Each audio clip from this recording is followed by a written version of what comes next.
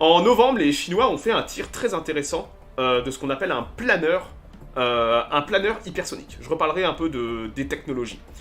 Et ça avait fait grand bruit à l'époque. Il y a eu pas mal de personnalités américaines qui se sont exprimées sur ce tir en disant à quel point les États-Unis étaient en retard. Le 20 novembre, là, donc il y a à peu près un peu plus d'un mois, ce général s'est exprimé en public à Halifax. Et voici ce qu'il a dit. J'ai l'interview sous les yeux, je l'invente pas. Alors, donc il y avait un mec qui lui posait des questions. Donc voilà ce que dit le général. Donc là, il est pas à la retraite. Donc ce qu'il dit, généralement quand vous êtes d'actif ou pas d'actif, vous pouvez vous permettre de dire certaines choses que vous n'auriez pas dit. Là, il est actif ce général, hein, et il est toujours dans les Space Force. Hein. Écoutez bien ce qu'il dit, c'est très intéressant. Nous ne sommes pas aussi avancés que les Chinois et les Russes au niveau de nos programmes hypersoniques, dit Thompson.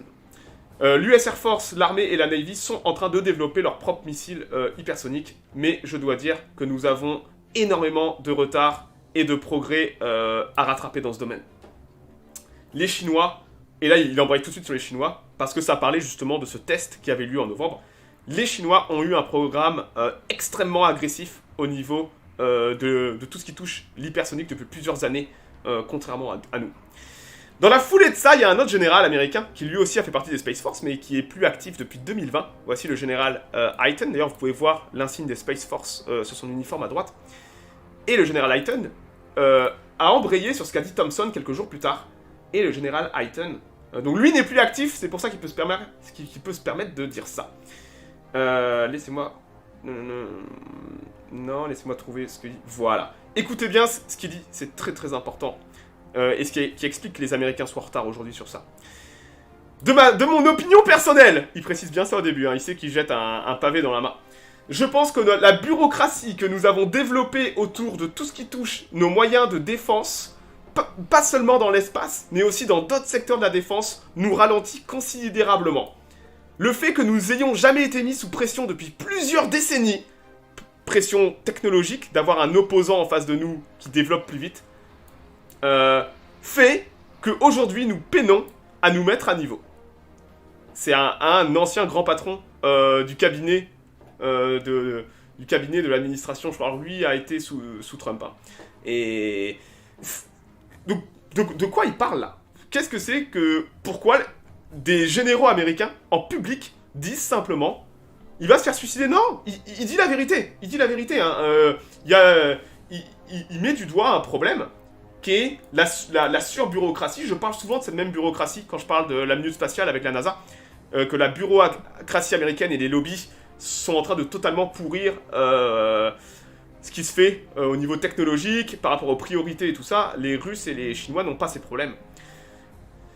Alors, parlons un petit peu maintenant de ces fameuses armes hypersoniques. Qu'est-ce que c'est? Comment ça fonctionne? Pour comprendre un peu, si c'était juste un petit système d'armes, il y a un énorme problème derrière les armes hypersoniques, c'est le côté juridique de ces armes, l'emploi de ces armes et le rapport de ces armes par rapport au modèle de dissuasion moderne qu'on connaît.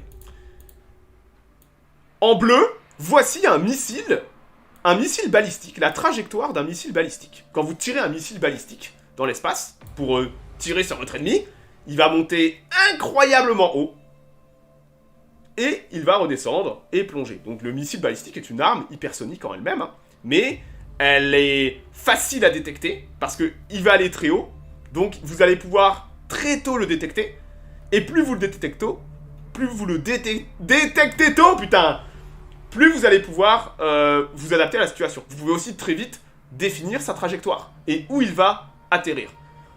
Les missiles balistiques existent depuis les années 60. Tout aujourd'hui, dans notre dissuasion nucléaire, est fait autour de la détection de ces missiles balistiques. Combien de temps tu penses, Nighty, aujourd'hui, quand les États-Unis ont une procédure très spécifique de s'ils sont attaqués au niveau nucléaire, c'est minuté. Combien de temps il faut aux États-Unis pour répliquer? D'un point de vue légal, combien de temps ils ont? 8 minutes. Plus que ça. Ah, 12. On estime maximum environ à 16 minutes, il y a une décision de prise. Et on estime que les premiers tirs auraient lieu vers 23 minutes. C'est les délais officiels Le fait que les missiles mettent beaucoup de temps à arriver parce qu'ils vont très très haut. C'est lent les missiles, hein. Ils vont très haut, ils sont repérés tôt, ce qui laisse le temps à l'exécutif de prendre des décisions. Aux États-Unis, depuis 1995, c'est le président, et seulement le président, qui a le droit de donner l'ordre. Pendant la guerre froide, jusqu'en 1995, dans l'armée américaine, un commandant de sous-marin lance-missiles pouvait de lui-même, selon une certaine procédure et une certaine situation, un commandant de sous-marin avait le droit de lui-même de tirer ses missiles. C'est assez incroyable quand on y pense. Un homme pouvait tirer ses missiles nucléaires si une certaine situation se présentait, il avait le droit de le faire. Depuis 95, c'est pas possible. En Russie, pareil. Des commandants de sous-marins russes avaient le droit de tirer leurs missiles en cas d'une certaine situation. Avec l'arrivée de tous les traités qu'on a eus, dans les années 80, on a commencé à se dire il faut qu'on arrête que des mecs puissent puissent provoquer la fin du monde sur une erreur. Ça, il y a eu des accidents des fois où on n'est pas passé loin de déclencher. Et donc, tout est basé, absolument tout est basé sur la capacité qu'on a, ces 23 minutes où on va pouvoir analyser la situation, on va pouvoir se dire est-ce que c'est un accident? Est-ce qu'on peut passer un coup de téléphone?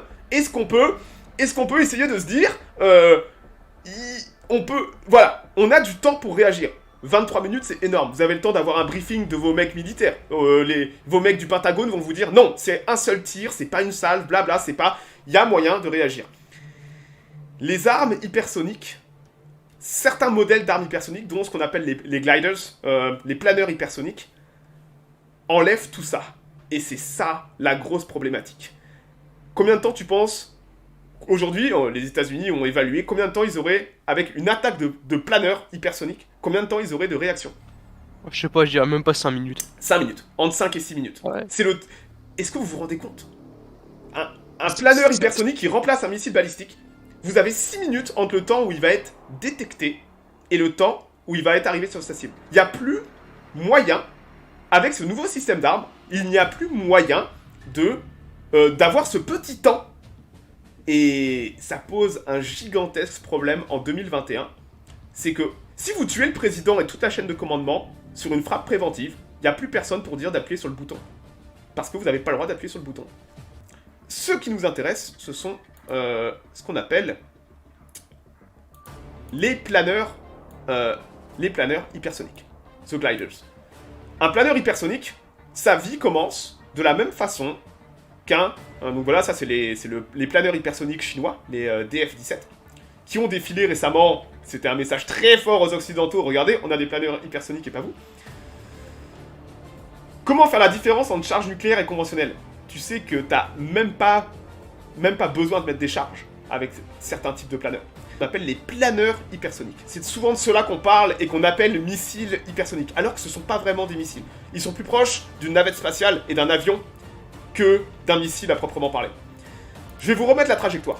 Donc vous avez vu en bleu, alors à 100 km, là c'est ce qu'on appelle la ligne de Kármán, c'est là j'en parle souvent dans la minute spatiale, donc 100 km c'est là où l'espace commence, et vous avez ensuite 400 km, c'est l'ISS, donc vous pouvez voir qu'un missile balistique va très très haut dans l'espace avant de redescendre. C'est pour ça qu'on a beaucoup de temps de réaction, enfin beaucoup de temps entre guillemets. Un planeur hypersonique commence sa vie de la même façon. Il commence sa vie sur une fusée, sur généralement un premier étage. Donc comme une fusée normale, vous avez un premier étage, et vous avez le planeur qui est au-dessus. Je vais vous mettre un peu... Chinese DF-17, non, ça, voilà, c'est pas le bon. Donc il commence sur un premier étage de fusée, sauf qu'au lieu d'aller très haut dans l'espace, quand il arrive un peu au-dessus de la ligne de Kármán, le premier étage se libère, et on a un espèce d'engin très bizarre. Là, je vous mets une vue d'artiste du Wu-14. Donc, vous voyez le premier étage. Le planeur, on va l'appeler comme ça, parce que c'est un planeur, hein, on les appelle des planeurs hypersoniques. Le planeur hypersonique est sur le premier étage, on libère le premier étage, et d'un coup, à environ 100-150 km d'altitude, on a cette espèce de... Ça ressemble à... Ça, vous avez vu que ça a un design très moderne, je vais expliquer pourquoi. Là, ce qu'on voit, c'est le Wu-14, donc c'est ça que les Chinois ont testé en novembre, et qui a fait beaucoup de bruit dans les médias, dont surtout les médias américains. Donc le Wu-14 est un planeur hypersonique, ce n'est pas un missile de croisière hypersonique, c'est un planeur hypersonique qui a vocation à aller taper des cibles aux États-Unis, entre autres. Ça va à 10 000 km/h. Hein. On est sur du Mach 10. Je sais pas si vous vous rendez compte de ce que ça représente, 10 000, 9 000, 8 000, 9 000, 10 000 km/h. Tout ce qu'on connaît au niveau matériel, tout ce qu'on connaît au niveau technique, ne fonctionne plus à ces vitesses. C'est un des problèmes des armes hypersoniques aujourd'hui, c'est qu'elles coûtent incroyablement cher à développer.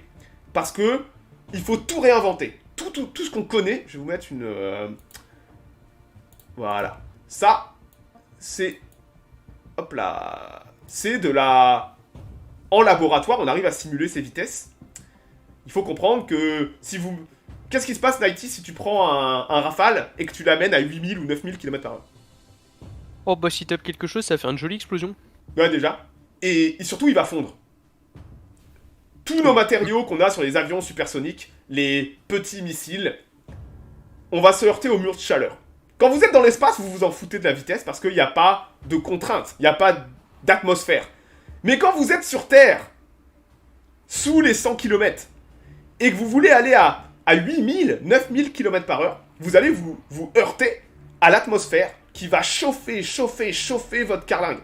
Si vous avez un avion qui fait ça, sans de l'équipement très spécifique, dont des matériaux spécifiques, l'avion va fondre.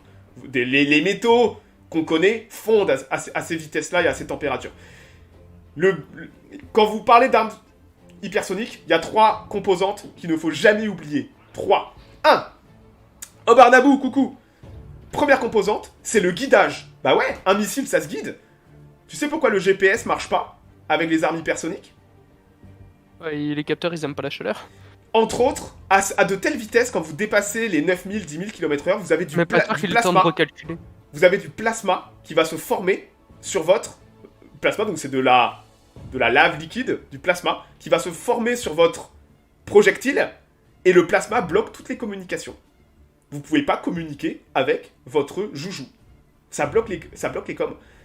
Donc, il va falloir résoudre des problèmes de navigation, guidage à très haute vitesse, ce qui est dingue.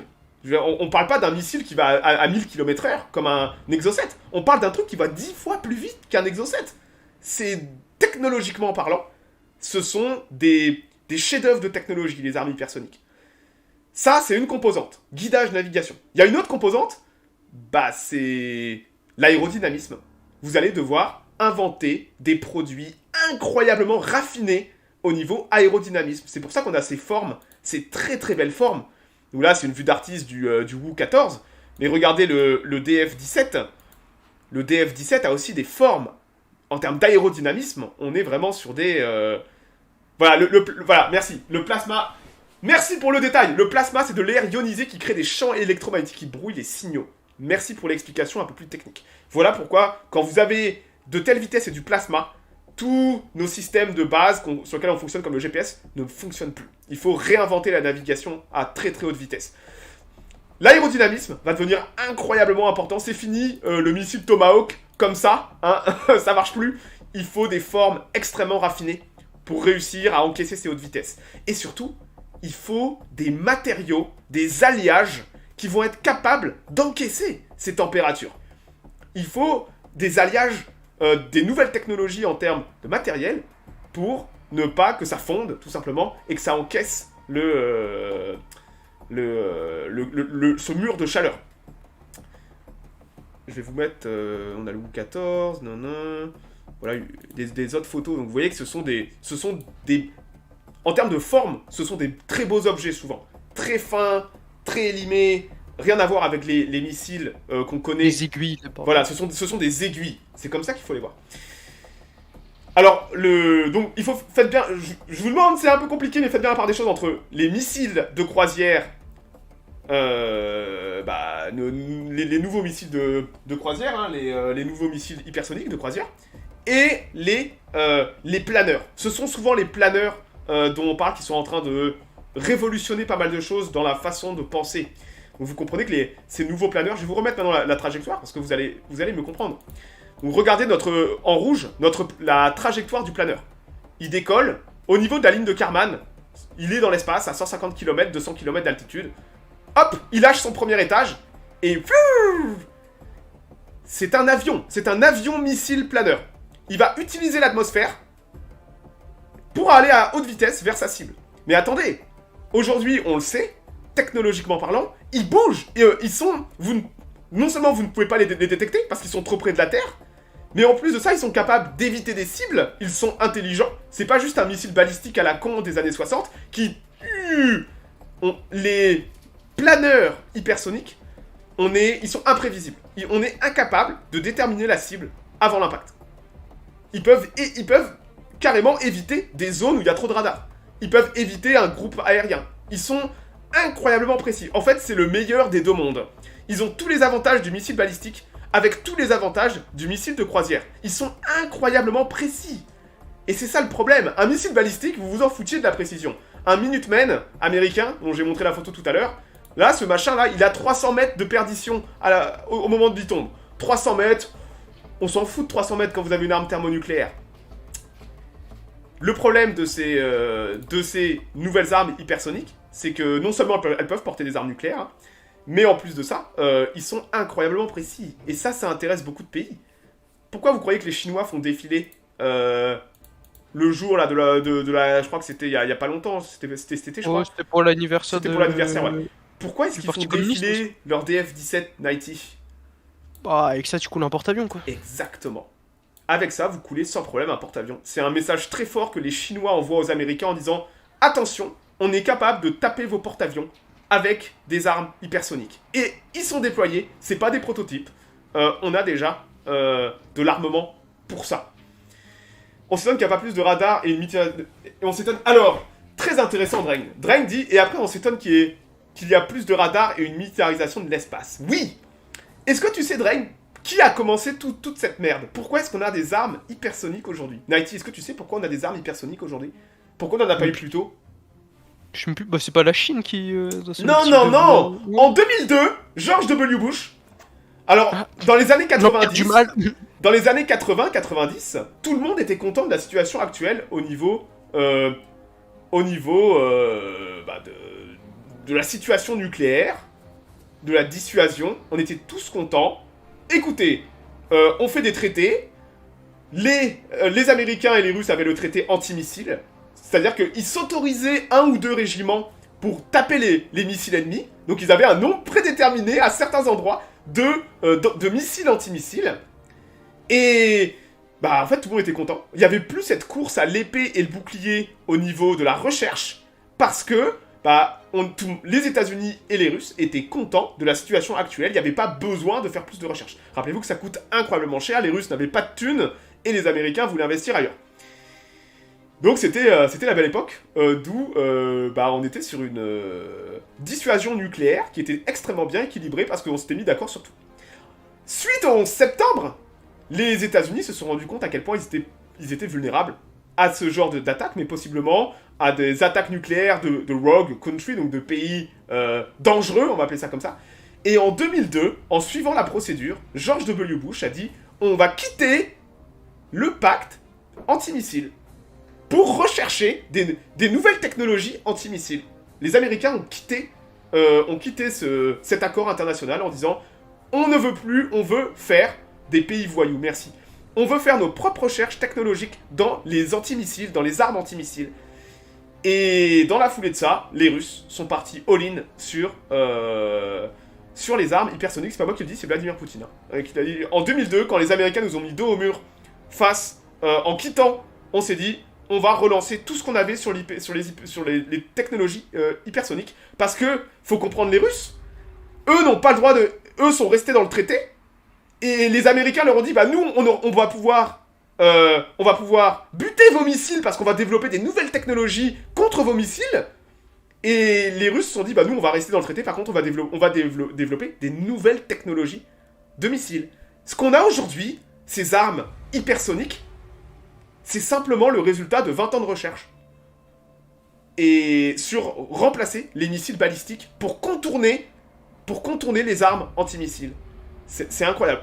Et les Chinois ont embrayé le pas, ont sûrement récupéré de la technologie, sont allés fouiner et faire leurs affaires, ont investi des sommes considérables et beaucoup d'efforts, et aujourd'hui la Chine a aussi ses armes hypersoniques. Et les Américains, eux, bah, ont peut-être misé sur le mauvais cheval et sont aujourd'hui en retard au niveau de dissuasion nucléaire. Et c'est ça le gros problème, c'est pour ça que vous voyez les États-Unis faire ce genre de déclaration publique, c'est que ils ont un peu fait de la merde sur ce coup-là, et les lasers sur tout ça. Et alors, tout ce qu'on voit aujourd'hui en termes de développement de nouvelles technologies, c'est entre autres pour contrer. Alors, dans la minute spatiale, le crossover dans la minute spatiale, je parle souvent... alors moi, je couvre surtout tout ce qui se fait dans l'aérospatiale américaine, donc je parle souvent des tirs des Space Force. Donc les Space Force tirent pas mal de choses.